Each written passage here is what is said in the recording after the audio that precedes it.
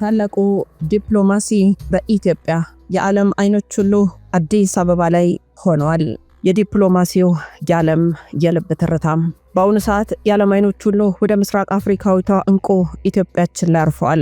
አዲስ አበባ በታላላቅ መሪዎች ኮቴ ተሞልታለች። ከተባበሩት መንግስታት ድርጅት ዋና ጸሐፊ አንቶኒዮ ጉተሬዝ እስከ ጣሊያኗ የቁርጥ ቀን መሪ ጆርጂያ ሜሎኒ እንዲሁም የአፍሪካ አህጉር መሪዎች በአንድ አዳራሽ ተሰብስበዋል።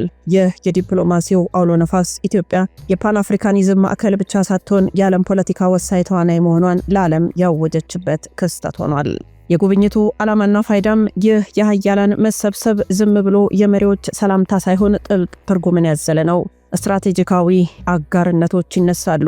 እንደ ጣሊያን ያሉ የአውሮፓ ሀገራት ከኢትዮጵያ ጋር ያላቸውን የኢኮኖሚና የጸጥታ ትብብር ለማጠናከር መምጣታቸው ኢትዮጵያ ለቀጠናው መረጋጋት ያላትን ሚና ያሳያል። የአህጉራዊ አንድነት ድምፅ የአፍሪካ መሪዎች መገኘት ለአፍሪካ ችግሮች አፍሪካዊ መፍትሄ የሚለው መርህ የሚያጎላ ነው።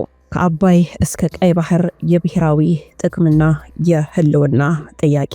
ሰላም፣ ጤና፣ ፍቅር፣ በረከት ተመኘንላችሁ ወደ ቤተሰቦቻችን በያላችሁበት የዓለም ዳርቻ ሁሉ እንደምንቆያችሁን ከላይ ባስደመጥናችሁ ርዕሰ ጉዳይ አብረን ቆይታ እናደርጋለን።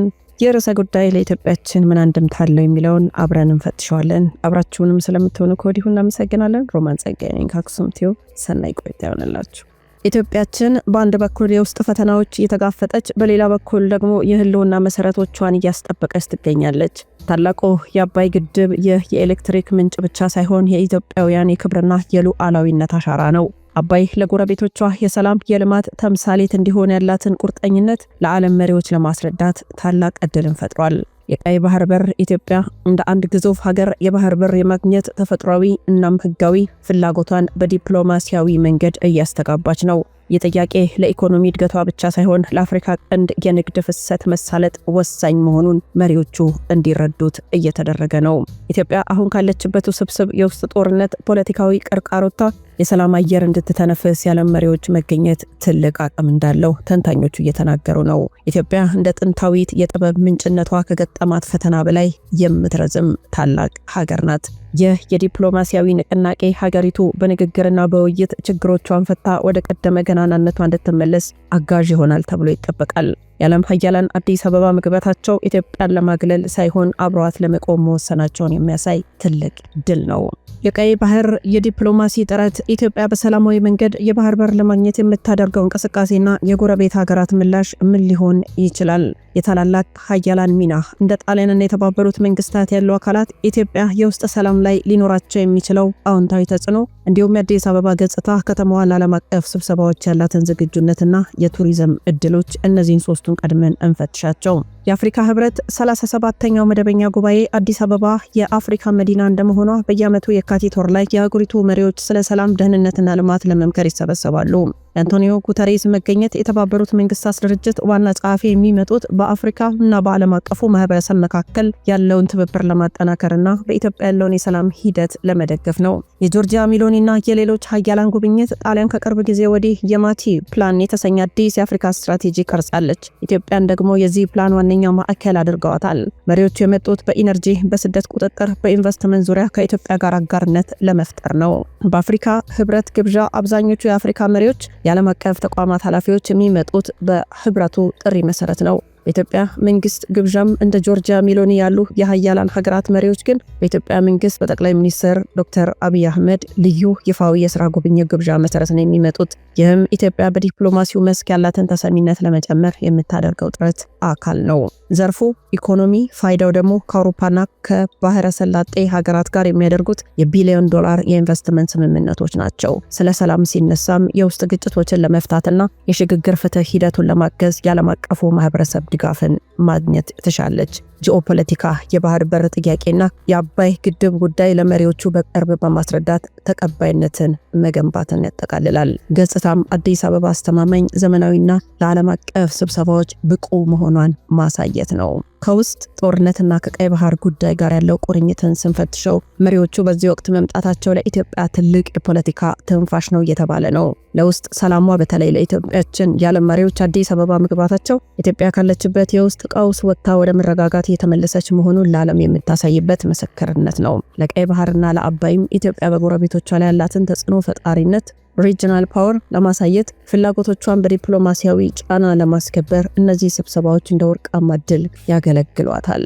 አሁን ያለው ተጨባጭ ሁኔታና እውነተኛ መረጃው ደግሞ በአሁኑ ሰዓት በአዲስ አበባ የ39ኛው የአፍሪካ ህብረት የመሪዎች ጉባኤ ማስተናገጃ ማዕከል ሆና ትገኛለች። ስብሰባው ተጀምሯል። ጉባኤው በሂደት ላይ ነው። የአፍሪካ ህብረት የመሪዎች ጉባኤ ብዙ ጊዜ በሁለት ምዕራፍ ነው የሚካሄደው። መጀመሪያው የውጭ ጉዳይ ሚኒስትሮች ይሰበሰባሉ። በመቀጠል ደግሞ የሀገራት መሪዎች ጉባኤ ይካሄዳል። በዚህ ሰዓት መሪዎች አዲስ አበባ ገብተው ዋናውን ስብሰባ እያካሄዱ ይገኛሉ። አንቶኒዮ ጉተሬዝ ሴክሬታሪ ጀነራል በተባበሩት መንግስታት ድርጅት በኩል የአፍሪካን ሰላምና ልማት ለመደገፍ በጉባኤው ላይ ተገኝተዋል። የጣሊያኑ ጠቅላይ ሚኒስትር ጆርጂያ ሜሎኒ ከዚህ ቀደም አዲስ አበባ መጥተው የነበረ ቢሆንም አሁን በማቲም ፕላን አማካኝነት ከአፍሪካ ጋር አዲስ የኢነርጂና የኢንቨስትመንት ትብብር ለመፍጠር በልዩ እንግድነት በሁለትዮሽ ግንኙነት ስራ ላይ ናቸው። የአፍሪካ መሪዎችም ከደቡብ አፍሪካ፣ ከናይጄሪያ፣ ከኬንያና ከሌሎችም የአህጉሪቱ ሀገራት የተወከሉ መሪዎች በአሁኑ ሰዓት አዲስ አበባ ውስጥ ናቸው። ስብሰባው በዝግና በግልጽ በሆኑ መድረኮች በሚከተሉት ዋና ዋና ጉዳዮች ላይ ያተኩራል። አንደኛው የውስጥ ሰላም ነው። በኢትዮጵያ ያለውን የሰላም ስምምነት አፈጻጸምና በሌሎች የአፍሪካ ሀገራት እንደ ሱዳን ያሉ ግጭቶችን መፍታት ሲሆን፣ ሁለተኛው የቀይ ባህርና የባህር በር ነው። ኢትዮጵያ ከሶማሌላንድ ጋር ያደረገችውን የመግባቢያ ስምምነትና በታላቁ የአባይ ግድብ ዙሪያ ላይ ያሉ ቀጠናዊ ውጥረቶች በመሪዎች ኮሪደር ውይይቶች ላይ በስፋት እየተነሱ ነው። ሶስተኛ ኢኮኖሚ ነው። የአፍሪካ ነጻ የንግድ ቀጠና ትግበራን ማፋጠን።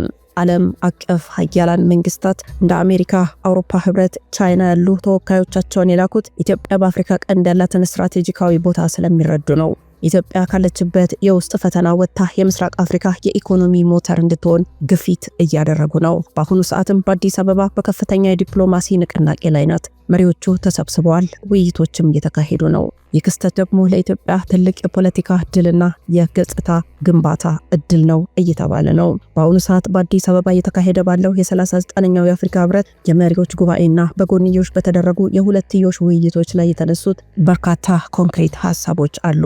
አንደኛው የቀይ ባህርና የቀጠናው ጸጥታ ነው።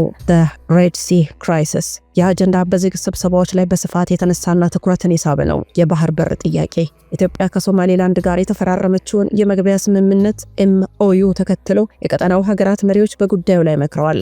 ኢትዮጵያ ለኢኮኖሚ እድገቷ የባህር በር አስፈላጊ መሆኑን ስታስረዳ፣ ሌሎች ደግሞ የሶማሊያ ሉዓላዊነትን መጠበቅ በሚል ሀሳብ ላይ ተወያይተዋል። የመርከቦች ደህንነትም እንዲሁ። በቀይ ባህር ላይ እየደረሰ ያለው ጥቃት በዓለም ንግድ ላይ እያሳደረ ያለው ተጽዕኖና የአፍሪካ ቀንድ ሀገራት ሚና ምን መሆን እንዳለበት ተነስቷል። ሌላው የውስጥ ሰላምና የሽግግር ፍትህ ነው። የተባበሩት መንግስታት ዋና ጸሐፊ አንቶኒዮ ጉተሬዝ እና ሌሎች መሪዎች ትኩረት የሰጡትም የፕሪቶሪያ ስምምነት አፈጻጸም፣ በሰሜን ኢትዮጵያ የነበረው ጦርነት ከቆመ በኋላ ያለውን ሂደት በማድነቅ አሁንም በቀሩት አካባቢዎች አማራና ኦሮሚያ ክልሎች ያሉ ግጭቶች በውይይት እንዲፈቱ ግፊት ተደርጓል። ብሔራዊ ምክክርም ኢትዮጵያ የጀመረችው ሀገራዊ የምክክር ኮሚሽን ስራ ውጤታማ እንዲሆን ዓለም አቀፍ ድጋፍ እንዲደረግ ተረጋግጧል። ሌላው የኢነርጂና የልማት አጋርነት የጣሊያኗ ጠቅላይ ሚኒስትር ጆርጂያ ሜሎኒ ያነሱት ትልቁ ሐሳብ ነው። አፍሪካ አውሮፓ ድልድይ። ጣሊያን ኢትዮጵያን እንደ ዋና የኢነርጂ ማዕከል በመውሰድ የአውሮፓን የጋዝና የኃይል ፍላጎት ከአፍሪካ ጋር ለማስተሳሰር ያላትን እቅድ አቅርባለች። ስደትን መከላከልም ተነስቷል። በአፍሪካ ውስጥ የሥራ ዕድል በመፍጠር ህገወጥ ስደትን በዘላቂነት ለመቀነስ በጋራ ለመስራት ተስማምተዋል።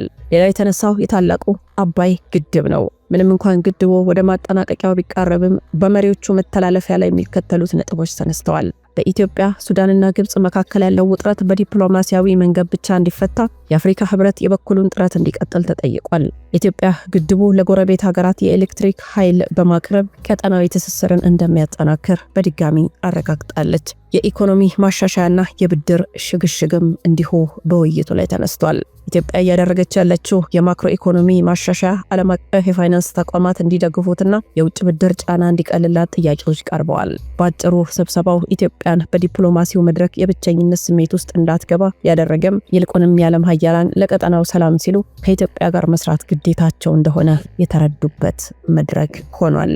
ታዲያ ይህንን ዘገባ የዓለም ታላላቅ የሚዲያ ተቋማት የአዲስ አበባውን የዲፕሎማሲ ንቅናቄ በሰፊው እየዘገቡት ነው።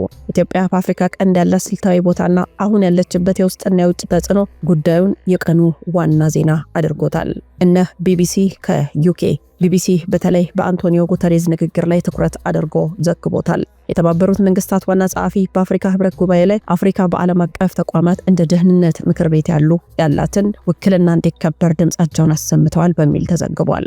እንዲሁም በኢትዮጵያ ያለውን የሰላም ሂደት ተስፋ ሰጪነትም ጠቅሰዋል። አልጀዚራም እንዲሁ። ካታር አልጀዚራ በሁለት ዋና ነጥቦች ላይ አተኩሯል። አንደኛው የቀይ ባህር ውጥረት ኢትዮጵያ ከሶማሊላንድ ጋር ያደረገችው ስምምነት በአፍሪካ ቀንድ ያለውን ዲፕሎማሲያዊ ሙቀት እንዴት እንደጨመረው በስፋት ዘግቦታል። ሌላው የአፍሪካ መሪዎች አንድነትን ጽፏል። መሪዎቹ የውጭ ጣልቃ ገብነት በመቃወም የራሳቸውን ችግር በራሳቸው ለመፍታት የወሰኑትን አቋም ዳሷል። አልጀዚራም ቀጠለን። ሮይተርስ እና አሶሺየትድ ፕሬስም እነ ኤፒ ሁሉ ዘግበውታል። እነዚህ የዜና ወኪሎች ለዓለም ሚዲያዎች መረጃ የሚያሰራጩ በመሆናቸው ዝርዝር የኢኮኖሚና የፖለቲካ ትንታኔዎችን አቅርበዋል። የጆርጂያ ሚሎኒ ጉብኝት ጣሊያን በአፍሪካ ላይ ያላትን አዲስ ስትራቴጂ ለመተግበር ኢትዮጵያን እንደመነሻ መጠቀሟ የቢሊዮን ዶላር ኢንቨስትመንት ፍላጎቷን ዘግበዋል። ሌላው የኢትዮጵያ ብድር ጉዳይ ነው። ኢትዮጵያ ከዓለም አቀፍ የገንዘብ ተቋማት ጋር የምታደርገውን ድርድር በተመለከተ መሪዎቹ የሰጡትን ድጋፍ ጠቅሰዋል። ፍራንስ 24 እንዲሁ በፊት ገጹ ላይ ይዞት ወጥቷል። ፈረንሳይ በአፍሪካ ያላትን ተጽዕኖ እየቀነሰ ባለበት ወቅት ሌሎች አውሮፓውያን እንደ ጣሊያን ማለት ነው ወደ ኢትዮጵያ መምጣታቸው እንደ ትልቅ የፖለቲካ ለውጥ ዘግቦታል። በተለይ በአፍሪካ ቀንድ ያለውን የጸጥታ ሁኔታ በዝርዝር ተንትኖታል።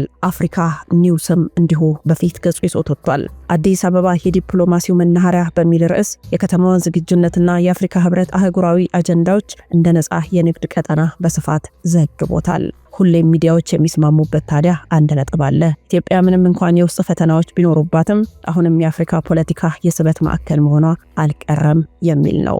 የዓለም መሪዎች ወደ አዲስ አበባ መምጣታቸው ለኢትዮጵያ መንግስት ትልቅ የዲፕሎማሲ ቅቡልነት እንደሰጠውና ሀገሪቱ ከአገልግሎት ወጥታ ወደ ዋናው መድረክ መመለሷን እንደሚያሳይ ዘገባዎች ያመለክታሉ።